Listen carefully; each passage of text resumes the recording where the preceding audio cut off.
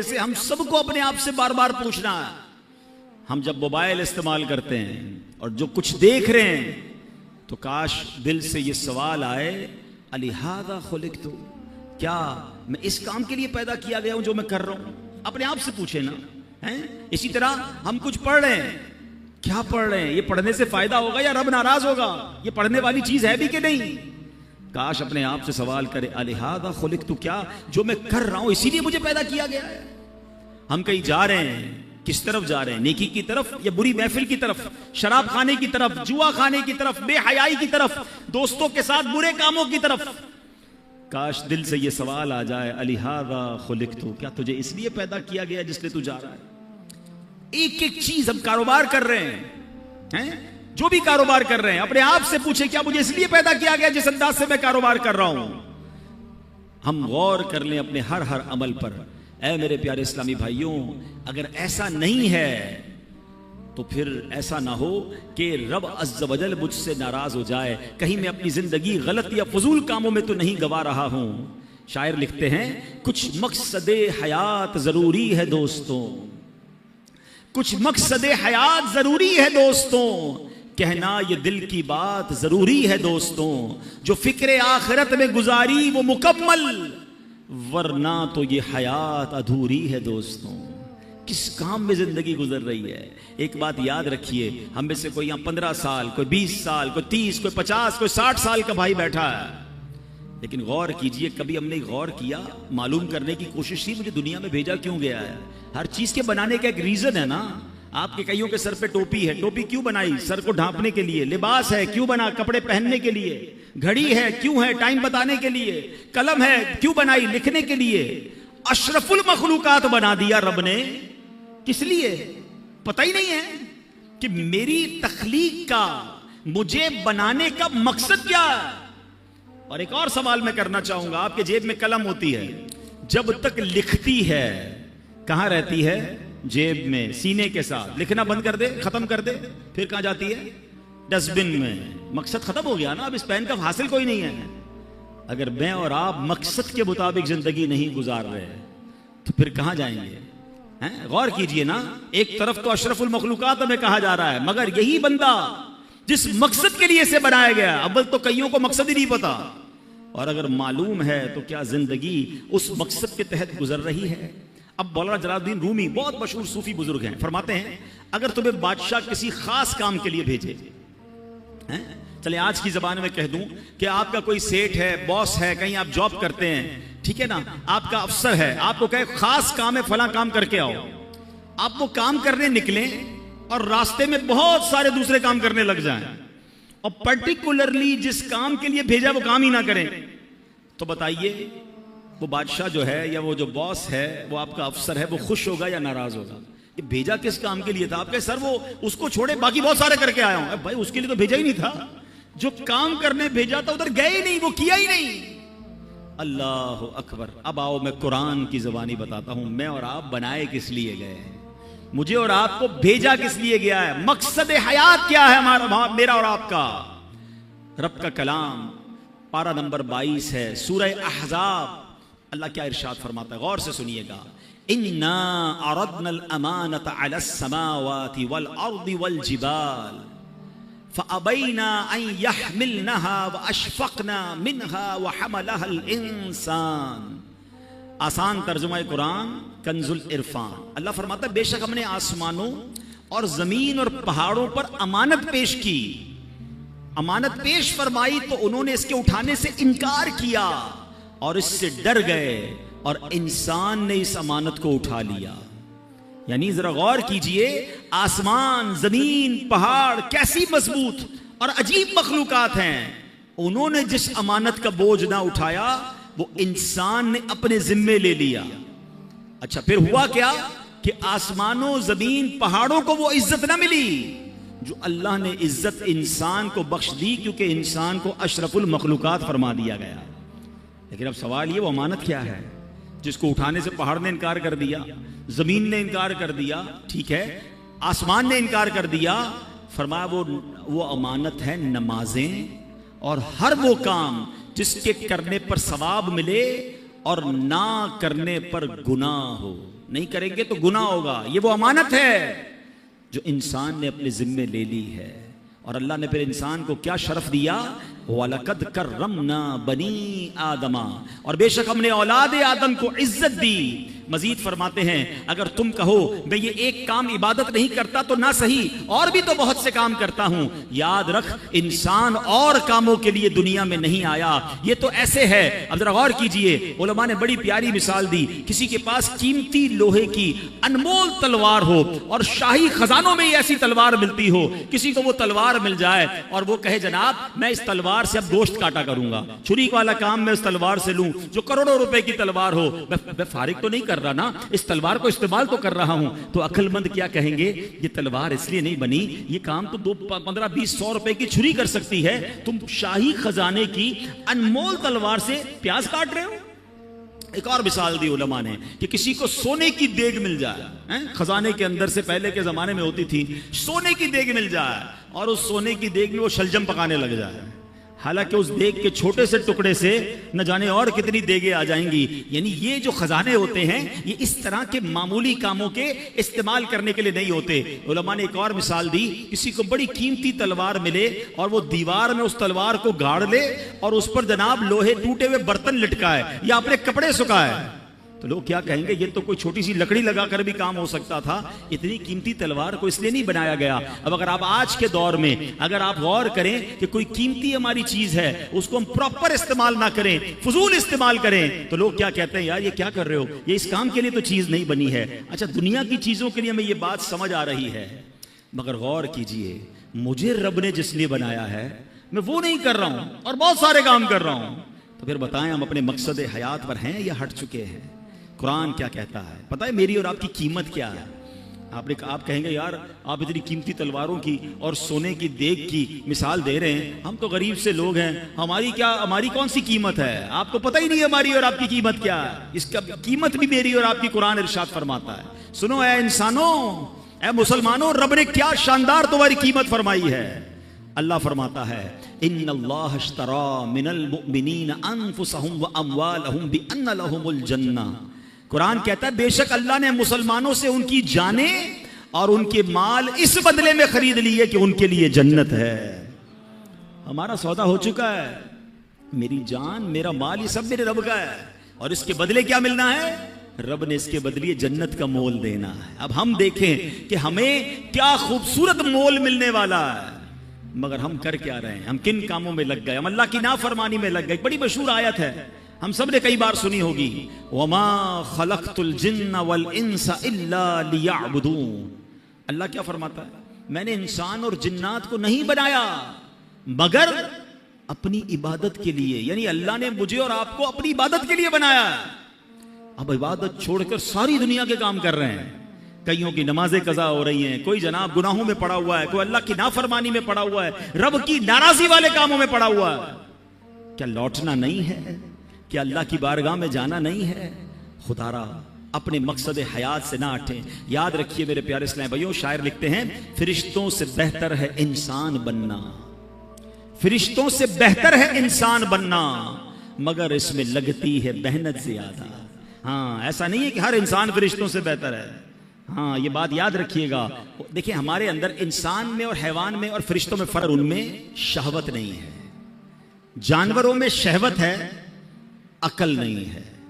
इंसानों में अकल भी है और शहवत भी है, बुरे बुरे ख्यालात भी आते हैं। फरमाया जानवर सिर्फ अपनी शहवत पूरी करता है इसलिए वो जानवर है, फरिश्ते बाअकल हैं, इबादत करते हैं इसलिए वो बड़े बरतर हैं। मगर वो इंसान जो अपनी शहवत, नफसानी ख्वाहिशात, शैतान के वार और गुनाहों के जो हमले होते हैं उससे अपने आप को बचा ले और अल्लाह की फरमा बरदारी वाली जिंदगी गुजारे, तो फरमाया वो फरिश्तों से अफजल हो जाता है। मगर वो इंसान जो अकल होते हुए भी सिर्फ और सिर्फ अपनी नफसानी ख्वाहिशात, शहवात और गुनाहों की तरफ चला जाता है, अल्लाह की नाफरमानी करता है, फरमाया फिर वो जानवरों से भी बदतर है। वो इंसान फरिश्ता नहीं है या फरिश्तों से अफजल नहीं है, हर इंसान नहीं है। ये कैटेगरी है इंसानों की कि आपकी लाइन ऑफ डायरेक्शन क्या है। आप जिंदगी अल्लाह की फरमाबरदारी में गुजार रहे हैं या आप जानवरों से भी बदतर जिंदगी गुजार रहे हैं। शहवत पूरी करना, जो मन में आया वो करना, वो तो जानवर भी करता है। अगर एक इंसान मुसलमान होकर भी जानवरों वाली जिंदगी गुजारे तो फिर तो वो जानवरों से भी बदतर हो गया ना। गौर कीजिए मेरे प्यारे इस्लामी भाइयों, एक बात याद रखिएगा, ये दुनिया आखिरत की खेती है। हम इस दुनिया में दुनिया नहीं बल्कि आखिरत कमाने आए हैं। हम दुनिया में इसलिए हैं ताकि आखिरत की बेहतरियां कमा सकें, यहां नेक काम करें, अल्लाह पाक की रिजा वाले काम बजा लाएं, जन्नत में ले जाने वाले काम करें। अल्लाह अकबर। अगर इस दुनिया में सिर्फ माल बनाना, घर बनाना, गाड़ियां लेना, बैंक बैलेंस बनाना, कारोबार चमकाना है, अपनी बॉडी को बॉडी बिल्डिंग करना, अगर यही करते रहे, ये जनाब बहरहाल गरीब थे, कुछ हासिल भी ना कर पाए, लेकिन उसके ख्वाब सजाते में ही जिंदगी गुजार दी, मगर जन्नत में जाने वाले काम न किए और आखिरत के लिए कुछ जखीरा न किया, हम अपनी जिंदगी का समझ लें मकसद पूरा नहीं किया। हजरत ईसा अलैहिस्सलाम ने एक दिन लोगों को फरमाया, तुम भी अजीब लोग हो, दुनिया के लिए भाग दौड़ करते हो जबकि इसके बगैर भी तुम्हें रिस्क दिया जाता है, क्योंकि अल्लाह पाक ने रिस्क का वादा किया है। सुबह से शाम हम क्या भाग दौड़ कर रहे हैं, किसी तरह हमारा जॉब है, कारोबार है, फिक्रें हैं कि दुनिया का मामला ठीक हो जाए। हजरत ईसा फरमा रहे हैं दुनिया के लिए भाग दौड़ करते हो, हालांकि उसके बगैर भी तुम्हें रिस्क दे दिया जाता है, क्योंकि रिस्क लिखा हुआ है और अल्लाह ने देने का वादा किया है। फरमाया आखिरत की फिक्र नहीं करते, जबकि आखिरत की नेमतें बगैर मेहनत के नहीं दी जाती हैं। यानी जिसकी टेंशन लेनी चाहिए थी ना, वो टेंशन नहीं है। हमें भी कई लोग मिलते हैं, पर्ची भी देते हैं, दुआ कर दें कारोबार में बरकत हो जाए, दुआ कर दें फला मसला हल हो जाए। बहुत कम लोग ऐसे मिलते हैं जो ये कहें कि दुआ करें मगफिरत हो जाए, दुआ करें अल्लाह राजी हो जाए। खुद अपनी दुआओं को भी तो चेक करें ना, कि मैं और आप हर नमाज के बाद, ये जब भी अल्लाह करे हर नमाजें भी सारे पढ़ें, लेकिन जब भी दुआ करते हैं तो आखिरत कहां है? आखिरत मांगना ही छोड़ दी लोगों ने, दुनिया की फिक्रें ज्यादा हो गई। नहीं मेरे प्यारे इस्लामी भाई, ज्यादा फिक्र, ज्यादा मेहनत, ज्यादा कोशिश हमने अपनी आखिरत के लिए करनी है। दुनिया थोड़ा सा टाइम है, 60 साल, 50 साल, 70 साल, और कितना जिएंगे, उधर पता नहीं कब तक रहना है, ना खत्म होने वाली आखिरत है, मगर उसकी लोगों को टेंशन नहीं है। ऐ मेरे प्यारे इस्लामी भाइयों, काश हमें अपनी जिस तरह दुनिया की प्लानिंग्स करते हैं, हम आखिरत की प्लानिंग करने वाले बन जाएं। हजरत सुफियान सौरी रहमतुल्लाहि तआला अलैह कमाल का जुमला कहते हैं ना, बड़ों की बातें भी बड़ी होती। एक जुमला है मगर ऐसा लगता है कि पूरा फलसफा बयान कर दिया है। वो कहते हैं लोग सोए हुए हैं, जब इन्हें मौत आएगी तो बेदार हो जाएंगे। असल आंख पता है कब खुलेगी? मरने के बाद। हम जब इंसान दुनिया से जाता है ना, तो रिश्तेदार पता है क्या कहते हैं कि मैयत ने पीछे क्या छोड़ा है, फरिश्ते पता है क्या कहते हैं, मैयत ने आगे क्या भेजा है। असल मरने के बाद पता चलेगा कि असल दुनिया तो वो थी, मैंने आखिरत के लिए क्या तैयारी की। कई लोग बस दुनिया की प्लानिंग बनाते बनाते, अभी तौबा नहीं बाद में कर लूंगा, बस अगली रमजान को तौबा कर लूंगा, बस ये कारोबार सेट हो जाए फिर गुनाह छोड़ दूंगा, फिर मैं शराब छोड़ दूंगा, फिर मैं बुरे काम छोड़ दूंगा, और इसी इंतजार में दुनिया से चले जाते हैं। फरमाया मौत आएगी तो बेदार हो जाएंगे, मगर फिर कर कुछ नहीं सकेंगे।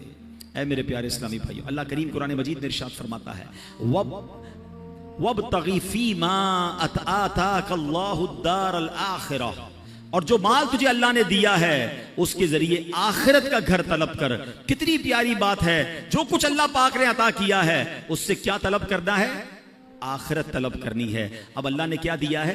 हाथ दिए हैं। इन हाथों से क्या हासिल करना है? आखिरत हासिल करनी है, मगर इन हाथों से गुनाह करके अल्लाह को नाराज कर रहे हैं। अल्लाह ने आंखें दी हैं, इन आंखों से अल्लाह को राजी करके अच्छे काम करके आखिरत तलब करनी है, मगर यही आंखें हराम देखकर अल्लाह को नाराजी वाले काम किए जा रहे हैं। ये कान अल्लाह ने दिए हैं, इन कानों से तिलावत सुनकर, अच्छी बातें सुनकर आखिरत तलब करनी है, मगर इन कानों से हम अल्लाह को नाराज करके, अल्लाह को नाराज करके आखिरत बर्बाद कर रहे हैं। गौर करते जाएं, जो कुछ रब ने दिया, कुरान क्या कह रहा है, जो अल्लाह ने दिया है उससे आखिरत तलब करो, मगर मुझे और आपको जो जो रब ने दिया, चाहे वो दौलत दी, सेहत दी, ताकत दी, औलाद दी, मर्तबा दिया, शोहरत दी, जो कुछ दिया वो रब ने दिया, मगर क्या मैं इससे आखिरत तलब कर रहा हूं या रब ही को नाराज कर रहा हूं? बड़ी अजीब कैफियत है। ऐ मेरे प्यारे इस्लामी भाइयों, हजरत सहल बिन अब्दुल्लाह तुस्तरी रहमतुल्लाहि तआला अलैह बहुत बड़े अल्लाह के वली हैं। इनकी आदत करीमा थी, अल्लाह की राह में बहुत खर्च किया करते थे, जो हाथ में आता अल्लाह की राह में दे देते। तो उनके घर वालों को लगा कि ये इतना खर्च करते हैं तो ऐसा ना हो सारा ही खर्च कर दें, कुछ बचे ही ना इनके पास। तो हज़रत अब्दुल्लाह इब्न मुबारक के पास गए कि हुजूर इनको कहें कि इतना खर्च ना करें, गरीब हो जाएंगे, खर्च करें अल्लाह की राह में मगर इतना तो खर्च ना करें। तो तब अब्दुल्लाह इब्न मुबारक ने उनको कहा कि मुझे तुम्हारे घर वालों का पैगाम आया है कि थोड़ा हल्का हाथ रखो, इतना अल्लाह की राह में जो आता है खर्च कर देते हो। तो हज़रत अब्दुल्ला तुस्तरी रहमतुल्लाहि तआला अलैह ने बड़ा कमाल का सवाल किया, सहल बिन अब्दुल्ला तुस्तरी ने, कि हुजूर एक बात बताएं, एक बंदे का एक मकान हो, उसको छोड़ के दूसरे मकान में उसको शिफ्ट होना हो, तो क्या पिछले मकान में कुछ छोड़ता है वो, ये सारा कुछ निकाल के आगे ले जाता है? तो फरमाया वाकई मकान शिफ्ट करना हो तो पहला मकान तो पूरा ही खाली करके जाता है। कहा हजरत बस मेरा अगले मकान में शिफ्टिंग का टाइम आने वाला है, मेरा आखिरत का सफर करीब है, तो मैं यहां क्यों छोड़ के जाऊं, हैं? मैं आखिरत के लिए तैयारी कर रहा हूं, मैं अगले मकान को सजा रहा हूं। अब आप भी जरा गौर करें, किसी का किराए का घर हो या अपना घर हो, छोड़ के अगले घर में शिफ्ट होना हो तो एक एक चीज यहां से निकाल के लोग उधर ले जाते हैं। बाज औकात तो वो भी ले जाते हैं जो निकालने का उर्फ नहीं होता, अगला आके परेशान होता है, यार पूरा घर ही खाली कर गए, यार ये भी ले जाऊं वो भी ले जाऊं, बस नहीं चलता वरना टाइलें भी निकाल के ले जाएं, हैं? मेरा है ना, ले जाऊं आगे, क्योंकि रहना आगे है, अब इस घर में नहीं रहना। काश ये बात समझ आ जाए कि इस दुनिया में मुझे रहना नहीं है, मुझे अगली दुनिया में जाना है, मेरा सफर आगे का है, मगर आगे की क्या तैयारी है। अल्लाह करे ये बात समझ आ जाए। इसी तरह का एक वाकया कि किस तरह अक्लमंद लोग अपनी अगले सफर की तैयारी करते हैं, इस वाकये से मजीद समझ आएगा। एक शहर में एक अजीब सा उर्फ था, अजीब सा उसका एक उसूल था कि हर साल वो अपना एक बादशाह चुनते थे, मगर उसका तरीका यह था कि जो पहला दिन साल का होता था, शहर के दरवाजे में जो सबसे पहला बंदा दाखिल होता था अर्ली इन द मॉर्निंग, सुबह सुबह उसको पकड़ते थे और अपना बादशाह बना देते थे। तो एक अजनबी सा शख्स था, वो उसको पता भी नहीं था, वो शहर में सुबह सुबह दाखिल हुआ, शहर वालों ने पकड़ लिया, मुबारक हो मुबारक हो, उसको हार वगैरह पहनाया, कहा खैरियत तो है, कहा आपको मुबारक हो, आप हमारे बादशाह बन गए। तो क्यों बादशाह बन गया? का हमारा उसूल है जो साल के पहले दिन सबसे पहले शहर में दाखिल होता है वो बादशाह। अच्छा तो कितने टाइम के लिए बादशाह? का 1 साल के लिए। वो था बड़ा अकलमंद आदमी, कहता 1 साल के लिए? कहा पहले जो मुझसे पहले बादशाह थे वो सारे कहां गए? क्या वो 1 साल हुकूमत करते हैं, फिर हम उनको एक जंगल में जाके फेंक के आ जाते हैं, और उस जंगल के अंदर वो भूखा प्यासा मर जाता है, अगर भूखा प्यासा नहीं मरता तो सांप बिच्छू खा जाते हैं। उसने कहा अच्छा। अब उसने बड़ी अकलबंदी की, उसने पहले तो पूरे शहर वालों के काम बड़े अच्छे किए, उनके मसाइल हल किए, और फिर गैर महसूस अंदाज में उसने उस शहर से उस जंगल तक का रोड बनवाया। अच्छा रोड बन गया तो वहां उसने लोगों को बसाना शुरू किया, आहिस्ता आहिस्ता खाने पीने की दुकानें भी वहां लगा दी। अब जब साल पूरा हुआ तो लोगों को कहा ठीक है भाई मेरा टाइम पूरा हो गया, मुझे भी उसी जंगल में छोड़ के आ जाओ। तो जो शहर के बड़े लोग थे उन्होंने कहा आप बड़े समझदार हैं, आपने उस जंगल बयाबान को भी शहर बना दिया, उधर भी जनाब इतनी रौनक कर दी कि हम आपको उधर भी लेके जाएंगे तो आपको कोई प्रॉब्लम नहीं होगी। हमें ऐसे ही अक्लमंद बादशाह की जरूरत थी, अब हम सब ने मिलकर फैसला किया है आप ही हमारे बादशाह रहेंगे। अब बज़ाहिर तो ये वाकया है, मगर क्या मुझे और आपको एक शहर में नहीं जाना है? मुझे और आपको एक और दुनिया में नहीं जाना है जहां सांप और बिच्छू भी हो सकते हैं? अल्लाह नाराज हुआ तो कब्र में सांप और बिच्छू भी तो हो सकते हैं ना। जहन्नम की आग और जहन्नम का अजाब कितना खतरनाक है, मगर हम में से कौन है जो उस जहान को, आखिरत के मामलात को आसान करने के लिए यहां सोच रहा है कि यार यहीं रहकर मैं आखिरत बेहतर कर लूं। एक और वाकया मैंने पहले भी बयानात में सुनाया है, एक मुल्क था, ये भी हिकायत है एक्चुअली, ये इस तरह की हिकायतें चोट करने के लिए होती हैं। एक मुल्क में एक मुकाबला करवाया गया, इस पूरे मुल्क में सबसे बड़ा बेवकूफ कौन है। अब है ना बड़ी अजीब बात, बेवकूफों का मुकाबला कौन करता है। बहरहाल मुकाबला हुआ, वजीरों ने सेलेक्ट किया कि बादशाह सलामत हमने जान लिया है कि ये बंदा सबसे बड़ा बेवकूफ है। चेक कर लिया, चेक कर लिया। उसको उसने अपनी सोने चांदी की खूबसूरत सी माला हार पहनाया और उसको घर भेज दिया। वो बंदा बड़ा खुश घर आ गया। थोड़े दिनों बाद उसको किसी ने बताया कि बादशाह सलामत बड़े बीमार हो गए हैं। कहा अच्छा चलो मैं जाके मिलता हूं बादशाह सलामत से। बादशाह के पास गया, कहा बादशाह सलामत कैसे हैं आप, ठीक हैं? तो कहा बस अब तो आखिरी लम्हात हैं, ये दुनिया छोड़कर जा रहा हूं। कहते अच्छा बादशाह सलामत कहीं और जा रहे हैं? था तो बेवकूफ ना।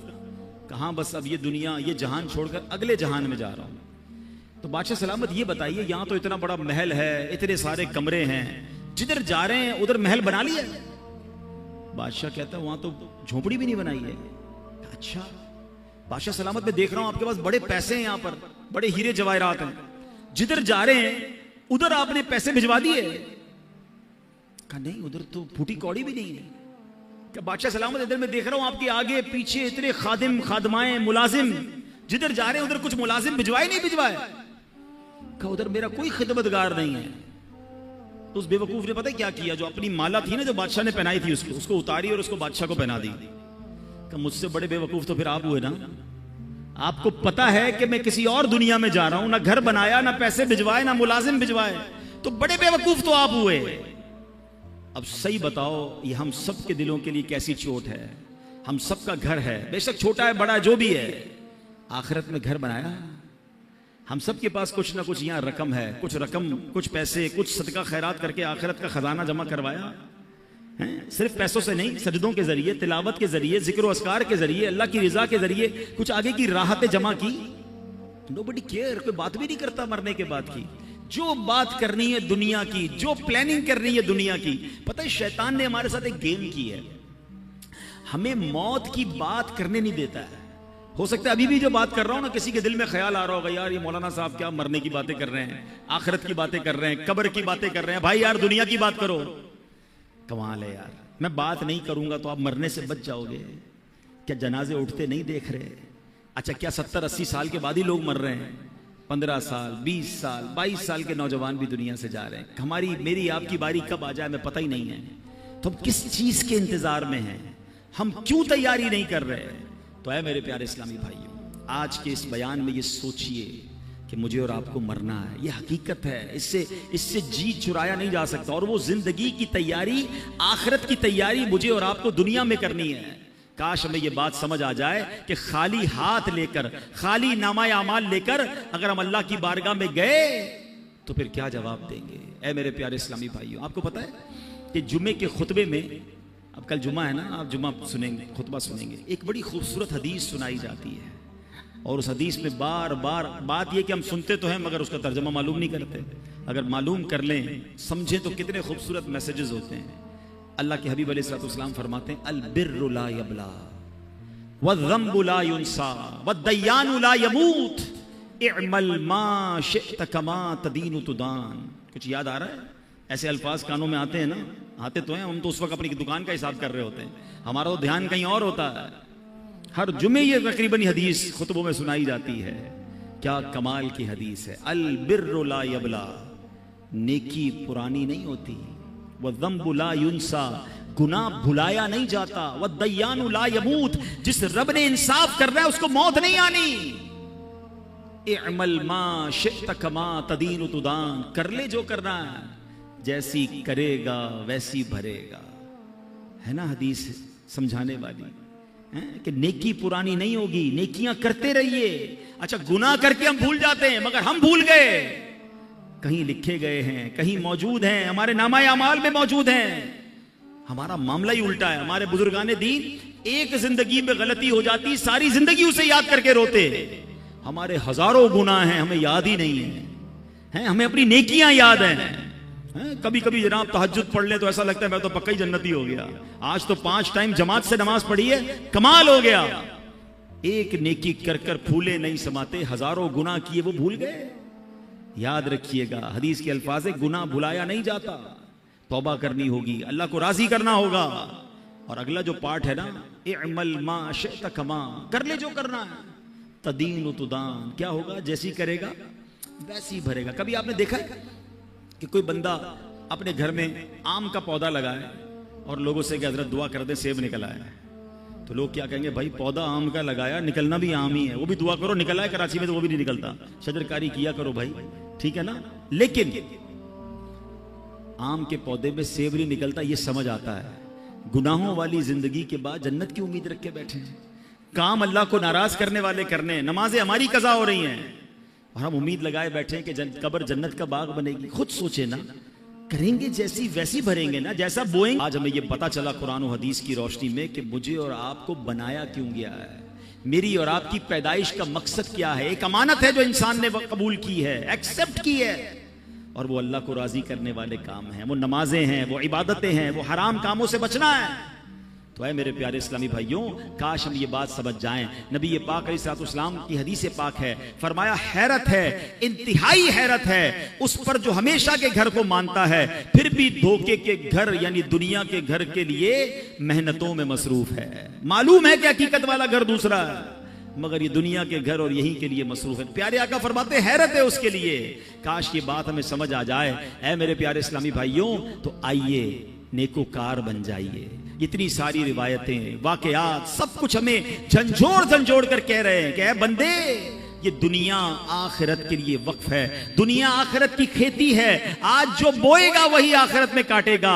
हमें चाहिए कि आज और अभी से अपनी जिंदगी के मकसद को समझें, अपनी जिंदगी को इस आरजी फानी चंद रोजा दुनिया के लिए नहीं बल्कि आखिरत के लिए वक्फ कर दें। दुनिया में रहकर दुनिया नहीं बल्कि आखिरत कमाने का सिलसिला शुरू कर दें। क्या खूबसूरत अशार अमीर अहले सुन्नत अल्लाह हमें एक तरह से झंझोड़ते हुए भी कह रहे हैं कि दिल से मेरे दुनिया की मोहब्बत नहीं जाती, दिल से मेरे दुनिया की मोहब्बत नहीं जाती, सरकार गुनाहों की भी आदत नहीं जाती, दिन रात मुसलसल है गुनाहों का तसलसल, आका कुछ तुम ही करो ना, ये नहुसत नहीं जाती, गो पेश नजर कब्र का पुरहौल घड़ा है, अफसोस मगर फिर भी ये गफलत नहीं जाती। ऐ मेरे प्यारे इस्लामी भाइयों, अगर नेक बनने का जहन बन गया है ना, अल्लाह को राजी करने वाली जिंदगी गुजारनी है, तो आज के दौर की अजीम इल्मी और रूहानी शख्सियत अमीर अहले सुन्नत मौलाना मोहम्मद इलियास अत्तार कादरी साहब ने एक बड़ा प्यारा रिसाला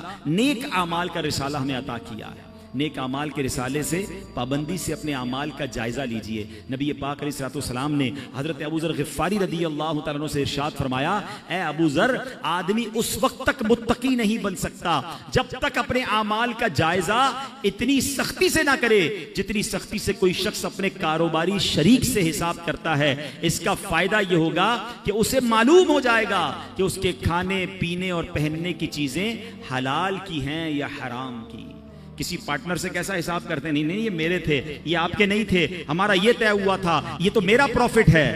फरमाया अपने अमाल का हिसाब भी ऐसे ही दे कि ये करना था या नहीं करना था, ये मैंने क्यों किया, ये मैंने क्यों नहीं किया। काश इस तरह अपने हिसाब लेने की हमें आदत पड़ जाए। आज के इस पुरफितन दौर में दावत इस्लामी का माहौल है कि नेकों के साथ रहकर हम भी नेक बन सकते हैं, इनके साथ रहकर हमें भी आखिरत का ख्याल आता रहेगा और हम अपनी आखिरत की ज़िंदगी की भी तैयारी करेंगे। ऐ मेरे प्यारे इस्लामी भाइयों, आज मैंने दो अजीम हस्तियों का भी जिक्र करना है। 21 मुहर्रमुल हराम को अजीम सहाबी रसूल आशिक मुस्तफ़ा मौज़िन रसूल हज़रत बिलाल रदी अल्लाह तआला अन्हु का यौम विसाल है। आप साबिकुल इस्लाम हैं, यानी इब्तिदा ही में आपने इस्लाम कबूल कर लिया था और गुलामी से आजादी नसीब होने के बाद से लेकर प्यारे आका अलैहिस्सलाम के विसाले ज़ाहिरी तक हजरत बिलाल नबी पाक की बारगाह में हाजिर रहे, नबी पाक के माली मामलात को भी देखते थे। प्यारे आका अलैहिस्सलाम सुभान अल्लाह नबी पाक के विसाल के बाद हजरत बिलाल मुल्क के शाम तशरीफ़ ले गए और आखिर तक वहीं रहे। हजरत बिलाल के तो बहुत सारे वाक़यात हैं, मगर एक बड़ा खूबसूरत वाक़या ये है कि प्यारे आका उनसे कितनी मोहब्बत फरमाते कि उनका मालिक जो था, उनका आका जो था, क्योंकि आप गुलाम थे, हबशा के थे, हबशा जिसको आज हम इथोपिया कहते हैं, ठीक है, और अफ्रीकन थे। तो हुआ ये कि वो जो गुलाम था, जो आका था उमैया, वो हजरत बिलाल पर बड़ी सख्ती करता था और आप मुसलमान हो गए थे तो आपको मक्के की रेत पर रेगिस्तान पर लिटाकर पत्थर सीने पर रखता था और कहता था बिलाल अल्लाह का इनकार कर दो, और आप कहते मैं मर जाऊंगा मगर अल्लाह का इनकार नहीं। वो बहुत मारता था। हज़रत अबू बकर सिद्दीक करीब से गुजरते थे, देखते थे कि ये उमैया बड़ा ज़्यादती करता है। नबी पाक को भी बड़ा दुख होता था। एक बार हज़रत अबू बकर सिद्दीक उमैया बिन खल्फ के पास पहुंचे, कहा बताओ बिलाल कितने में दोगे। वहाँ गुलाम की खरीदो फरोख्त होती थी। अब जरा समझिएगा, उस जमाने में मिसाल के तौर पर एक गुलाम की कीमत 1000 रुपए थी या 1000 दिरहम या दिनार। तो उमैया ने कहा मैं 3000 में दूंगा, पैसे बढ़ाकर बताए। हज़रत अबू बकर सिद्दीक ने कहा मुझे मंजूर है। कहा नहीं 4000 में दूंगा। कहा मुझे मंजूर है। कहा अब 5000 में दूंगा। कहा मुझे मंजूर है। वो पैसे बढ़ाता रहा। हज़रत अबू बकर सिद्दीक उसको ओके करते रहे। आखिरकार एक बड़ी तगड़ी रकम पर हज़रत बिलाल को उन्होंने खरीद लिया। तो उमैया कहता है ए अबू बकर रज़ी अल्लाह तआला अन्हु, तुम्हारे कारोबार के तो बड़े चर्चे सुने हैं, तुम तो बड़े कारोबारी हो, सौदा बड़ा कस के बड़ा जांच के लेते हो, तुमने एक हबशी गुलाम को इतना महंगा खरीद लिया। सैयदना अबू बकर सिद्दीक के वो तारीखी अल्फाज सुने, वो कहते तुम्हें क्या मालूम बिलाल की कीमत क्या है। ऐ उमैया, तू अगर इससे भी ज्यादा मांगता, मैं इससे ज्यादा तुझे रकम देता।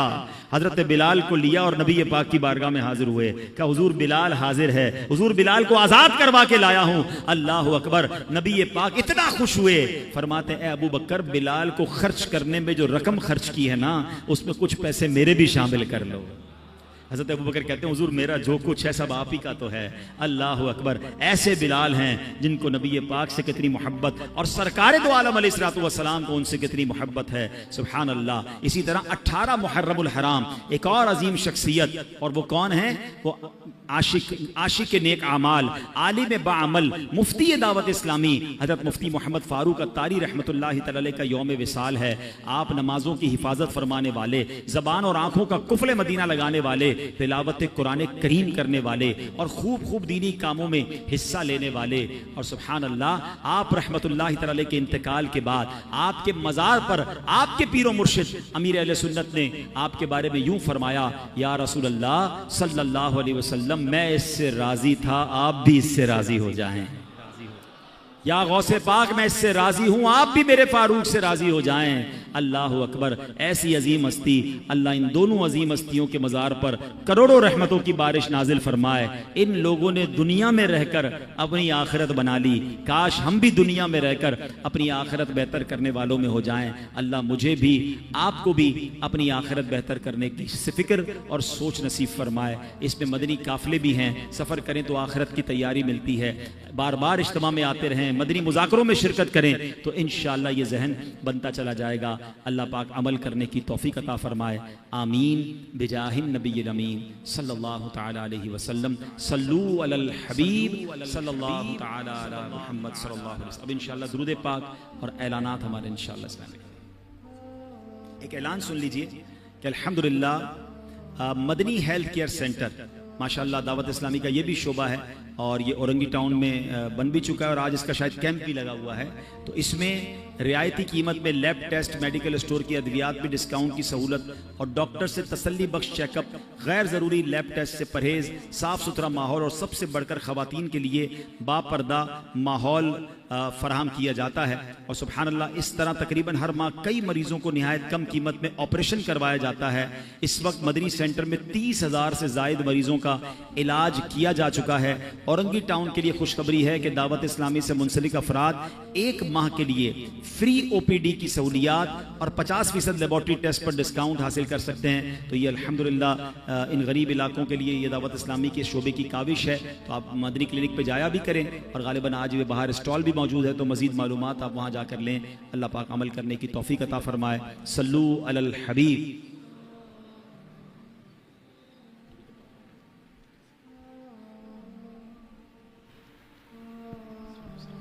सल्लु अलल हबीब सल्लल्लाहु तआला अला मुहम्मद सल्लल्लाहु अलैहि वसल्लम। दावत इस्लामी के हफ्तावार इज्तिमा में पढ़े जाने वाले 6 दुरूद पाक आइए मिलकर पढ़ते हैं। बुजुर्गों ने फरमाया, जो शख्स हर शब जुमा यानी जुमा और जुमेरात की दरमियानी रात ये दुरूद शरीफ पाबंदी से कम एक मरतबा पढ़े, मौत के वक्त सरकार मदीना सल्लल्लाहु अलैहि वसल्लम की ज़ियारत करेगा और कब्र में दाखिल होते वक्त भी यहाँ तक